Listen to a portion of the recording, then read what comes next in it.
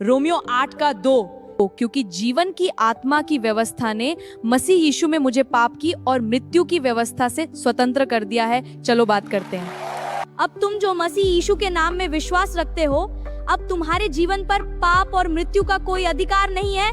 इसे घोषित करो। जीवन की आत्मा की व्यवस्था ने तुम्हें पाप और मृत्यु की व्यवस्था से पूरी तरह आजाद कर दिया है। इसे ध्यान से समझो, प्रभु क्या कह रहे हैं। जब एक नई कानून व्यवस्था बनकर तैयार होती है, जब उसे लागू किया जाता है, तो पुरानी कानून व्यवस्था को हटा दिया जाता है।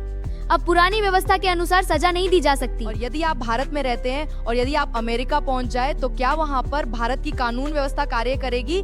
नहीं, आपके जीवन में भारत की कानून व्यवस्था कार्य नहीं करेगी। केवल वहाँ पर अमेरिका की कानून व्यवस्था कार्य करेगी और अमेरिका के कानून व्यवस्था के अनुसार आपको कानून तोड़ने पर कानून उल्लंघन का दंड दिया जा सकता है। भारतीय शासन अलग है और अमेरिकन शासन अलग है, और दोनों की अलग अलग कानून व्यवस्थाएं हैं। दोनों व्यवस्थाएं देने वाले शासक अलग अलग है। इसी प्रकार आप किस शासक के अधीन है, ये बहुत मायने रखता है, क्योंकि उसके अपनी व्यवस्थाएं अलग अलग हैं और उनका प्रभाव मनुष्य के जीवन पर बहुत गहरा पड़ता है। रोमियो 5 का थेरेन, व्यवस्था के दिए जाने से पहले पाप जगत में तो था, परंतु जब तक व्यवस्था नहीं थी तब तक पाप गिना नहीं गया, पर जब व्यवस्था आई तो पाप को शक्ति मिली। क्योंकि पाप का बल व्यवस्था है, और जो लोग प्रभु यीशु मसीह पर विश्वास नहीं करते, वे लोग इसी व्यवस्था के अधीन है।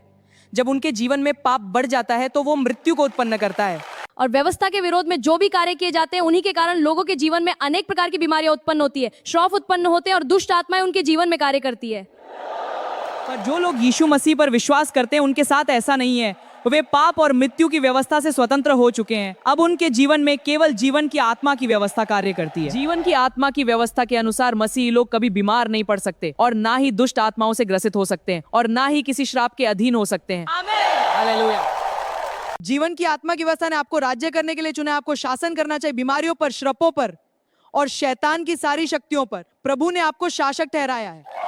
यदि आप राज्य नहीं करोगे तो दुष्ट राज्य करेगा। दुष्ट लोगों को बीमार करता है। यदि आप चंगा ना करो तो दुष्ट जिम्मेदार नहीं, आप जिम्मेदार हैं, क्योंकि प्रभु ने चंगा करने की सामर्थ आपको दी है। अब ये समय है कि परमेश्वर के पुत्र महिमा में प्रकट हो, क्योंकि सृष्टि बड़ी आशा भरी दृष्टि से परमेश्वर के पुत्र के प्रकट होने की बाट जो रही है, कि वो दासत्व से छुटकारा पाए। कौन है जो सृष्टि को दासत्व से छुटकारा देगा? वे आप लोग हैं। आप परमेश्वर के पुत्र, केवल आप ही सृष्टि को दासत्व से छुटकारा दे सकते हैं। प्रभु ने आपको चुनाव है, आपको ठहराया है। परमेश्वर का ज्ञान रखते हैं तो बड़े बड़े सामर्थ्य के काम करेंगे, और यदि आपको परमेश्वर का ज्ञान नहीं है तो आप में और पशुओं में कोई फर्क नहीं, क्योंकि ज्ञान बिना मनुष्य पशु शरीका है।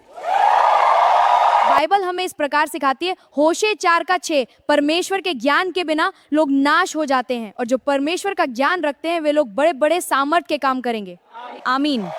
तो बाइबल के अनुसार मनुष्य की मृत्यु का कारण यह है कि जब मनुष्य परमेश्वर का ज्ञान नहीं रखता, तब मनुष्य पाप करता है, और पाप जब बढ़ जाता है तब मृत्यु उत्पन्न होती है और मनुष्य मरते हैं। आमीन।